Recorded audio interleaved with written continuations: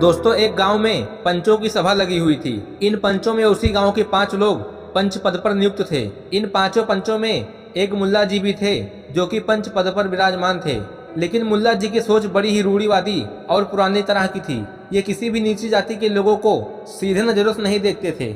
अगर कोई नीचे जाति का व्यक्ति उनके सामने आ जाता तो वो अपने मुंह पर कोई कपड़ा रख लेते या फिर अपना मुंह फेर लेते। दोस्तों, इन 5 पंचों में एक पंच निजी जाति का भी था, लेकिन वो काफी समझदार और सुलझी हुई बुद्धि का व्यक्ति था। वो व्यक्ति अपने काबिलियत के दम पर पंच का पद हासिल किया था। उनका नाम रामलाल था। दोस्तों, रामलाल नीची जाति का होने के कारण उनसे मुल्ला जी बहुत चिढ़ते थे। एक बार गांव की सभा चल रही थी। 4 पंच अपनी जगह आकर विराजमान हो गए थे, लेकिन रामलाल को आने में थोड़ी देरी हो गई थी।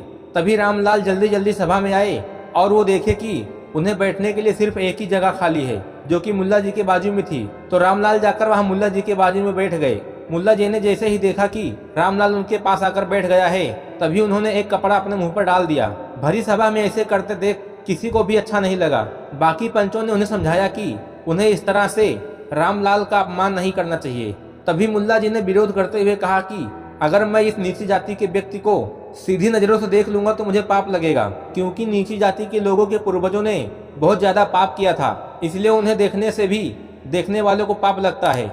और एक मान्यता के अनुसार इन्हें देखने वालों को अगले जन्म में गधा बनना पड़ता है। सभी ने मुल्ला जी को समझाने की लाख कोशिश की, लेकिन वो नहीं माने। रामलाल तब तो कुछ नहीं बोला, लेकिन उसने मन में ही ठान लिया था कि वक्त आने पर वो मुल्ला जी को करारा जवाब देगा। दोस्तों, इस बात को लेकर कई दिन बीत चुके थे। दोस्तों, एक बार किसी समस्या को लेकर समाधान करने के लिए 5 पंच एक ही रास्ते से गुजर रहे थे। तभी रास्ते में रामलाल ने देखा कि 3-4 गधे वहां पर घास चर रहे थे।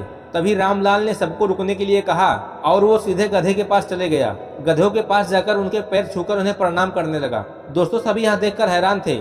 सबको यहाँ लगा कि शायद रामलाल का दिमाग खराब हो गया है। रामलाल जब उनके पास वापस लौटा तो सबने उनसे पूछा कि वो गधे को प्रणाम क्यों कर रहा था। तभी रामलाल ने शांति से जवाब दिया कि मेरे पूर्वजों को देखने की वजह से मुल्ला जी के पूर्वज गधे हो गए थे।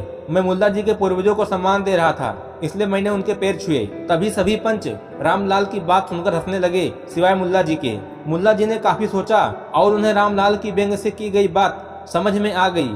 उस दिन के बाद से मुल्ला जी किसी को भी देखकर अपनी नजरें नहीं घुमाई और किसी के साथ भी बुरा व्यवहार नहीं किया। दोस्तों, ठीक इसी प्रकार से बुद्धि और समझदारी से हम किसी को भी कुछ भी समझा सकते हैं, जैसे कि रामलाल ने उस मुल्ला जी के साथ किया। हमेशा झगड़ा करने से ही समस्या का हल नहीं निकलता है। दोस्तों, वीडियो पसंद आया होगा तो वीडियो को लाइक करें, चैनल को सब्सक्राइब करें। मिलते हैं किसी अन्य वीडियो में, तब तक के लिए धन्यवाद।